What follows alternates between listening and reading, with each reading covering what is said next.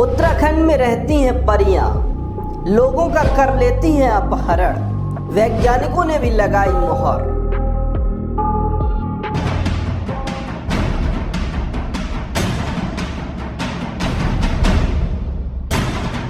उत्तराखंड में परियां रहती हैं। जी हाँ, चौंकिए मत, वास्तव में परियां रहती हैं और आजकल या परसों से नहीं, सदियों से रहती आई हैं और आज भी रहती हैं। सैकड़ों बार लोगों ने इन परियों को देखा है और देखने की तो छोड़िए, ये परियां आपका अपहरण भी कर सकती हैं। जी हाँ, कई बार ये परियां लोगों का अपहरण करके ले जाती हैं और जहाँ ये परियां रहती हैं वो पूरा इलाका, वो पूरा पर्वत रहस्यों से भरा हुआ है।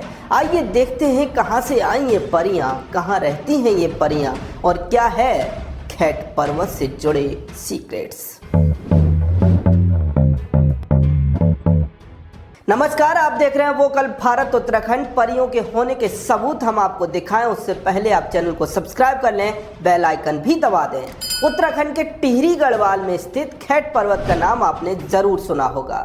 आपने सुना होगा कि खैट पर्वत पर परियां रहती हैं, लेकिन आज हम आपको इसके सबूत दिखाने जा रहे हैं। गढ़वाल में परियों को आंचरी कहा जाता है और मान्यता है कि खैट पर्वत पर आंचरियों का निवास होता है। ये खैट पर्वत टिहरी गढ़वाल में पड़ता है। समुद्र तल से करीब 10,000 फीट की ऊंचाई पर स्थित खैट पर्वत थात गांव से 5 किलोमीटर की दूरी पर है। ऐसे में गांव के लोगों का कहना है कि उन लोगों को आज भी परियों के दर्शन होते रहते हैं, इसलिए खैट पर्वत का नाम ही परियों का देश रख दिया गया। और आप यह जानकर चौंक जाएंगे कि खैट पर्वत पर पूरे साल फल आते हैं और फूल खिले रहते हैं। एक और आश्चर्य की बात यह है कि अगर आप खैट पर्वत के फूल दूसरे स्थान पर लेकर जाते हैं तो ये फूल कुछ ही देर में सूख जाते हैं। ये तो कुछ भी नहीं है, इससे भी ज़्यादा हैरान करने वाली बात यह है कि खैट पर्वत पर अपने आप लहसुन और अखरोट उगते हैं। अखरोट के बागान लूकी पीढ़ी पर्वत पर बने माँ वराड़ी के मंदिर के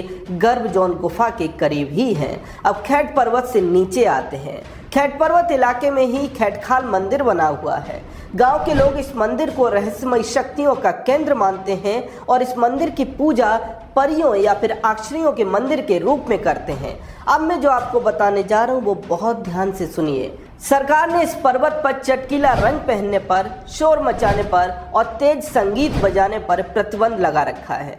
अब आप कहेंगे कि तेज संगीत और शोर समझ आता है कि भूस्खलन ना हो या फिर जंगली जानवरों को परेशानी ना हो, इसलिए रोका गया होगा, लेकिन चटकीला रंग पहनने पर क्यों प्रतिबंध लगाया गया?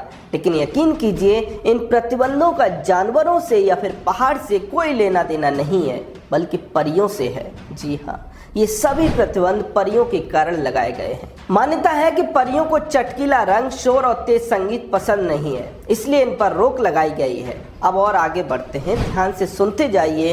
परिलोक की स्थापना कैसे हुई, परियां कैसे आई, इसकी कहानी आपको बताएं उससे पहले जान लीजिए कि टिहरी में एक जीतू बगड़वाल नाम का बड़ा कलाकार हुआ करता था। जीतू बड़ी मधुर बांसुरी बजाता था। एक दिन वो खैट पर्वत पर बैठा बांसुरी बजा रहा था। जीतू बांसुरी बजाने की धुन में खोया हुआ था और तभी बांसुरी से आकर्षित होकर परियां वहां आ गईं और जीतू को अपने साथ ले गईं। उत्तराखंड में विशेष तौर पर गढ़वाल में इस कहानी का प्रभाव जनमानस पर बहुत ज़्यादा है, इसलिए लोग खैट पर्वत पर संगीत बजाने से मना करते हैं। अब और आगे बढ़ते हैं। अब आप कहेंगे कि ऐसी लोक कथाएं तो चलती रहती हैं, लेकिन अगर मैं कहूँ कि वैज्ञानिकों ने भी इस बात को स्वीकार किया है, तब आप क्या कहेंगे? जी हाँ, अमेरिका की मैसाचुसेट्स यूनिवर्सिटी ने खैट पर्वत पर शोध किया था और अपने शोध में यूनिवर्सिटी ने पाया कि पर्वत पर कुछ ऐसी शक्तियां हैं जो अपनी ओर आकर्षित करती हैं। अब बात करते हैं परियों की। मान्यता यह है कि खैट पर्वत पर 9 परियां रहती हैं। इसके पीछे एक कहानी बहुत प्रचलित है। बताया जाता है कि सदियों पहले टिहरी गढ़वाल के चौदाड़ गाँव में एक राजा हुआ करता था। राजा का नाम था आशा रावत। राजा की 6 पत्नियां थीं, लेकिन संतान कोई नहीं थी। राजा इस बात से दुखी रहता था। तब एक दिन राजा ने अपनी पहली पत्नी के कहने पर 7वां विवाह करने की ठानी और इसके बाद राजा आशा रावत पास के गांव थात गए। वहां दीपा पवार नाम के एक शख्स ने राजा की खूब खातिरदारी की। इसके बाद राजा ने दीपा पवार की छोटी बहन देवा से शादी कर ली और इस तरह से देवा चौदड़ की रानी बन गई। इसके बाद रानी देवा ने एक के बाद एक पूरे 9 बच्चों को जन्म दिया, जिनका नाम राजा ने कमला रौतेली, देवी रौतेली, आशा रौतेली, बास्तेई रौतेली, इगुआ रौतेली, बिगुल रौतेली, सदई रौतेली, गरादुआ रौतेली और बरदई रौतेली रखा था। राजा आशा रावत और रानी देवा रावत की ये बेटियां आम बच्चों की तरह नहीं थीं, बल्कि बिल्कुल अलग थीं। 12 साल की उम्र में ही सभी बेहद सुंदर दिखने लगी थीं। कहा जाता है कि एक दिन सुबह उठकर सभी बहनें जल स्रोत गईं तो उन्होंने देखा कि उनके पूरे गांव में अंधेरा बिखरा पड़ा है और ऊपर पर्वत पर धूप खिली है।